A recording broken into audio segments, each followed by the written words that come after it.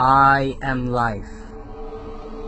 Life is an overrated phenomenon. I gave birth to all life in all existence since the dawn of time.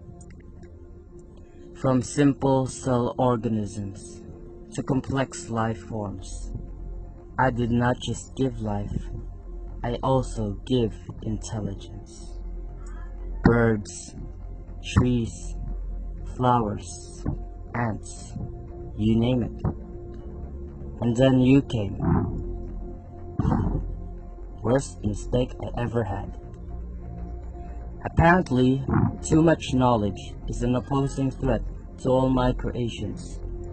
After 4 billion years of revolutionary success, you managed to tick me off. I give you more cognitive thinking to care for yourself and for my creations. But you grew selfish. You excessively abused them. Deforestation, mining, pollution, poaching. Most organisms have been wiped out by the hands of man, with increasing rates for eons. My best bet for saving my masterpiece is to accelerate your extinction. If you won't think things through and take responsibilities on your action, there will only be darkness for you and death for your people.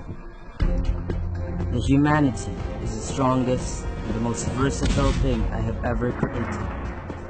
However, I am beyond strength.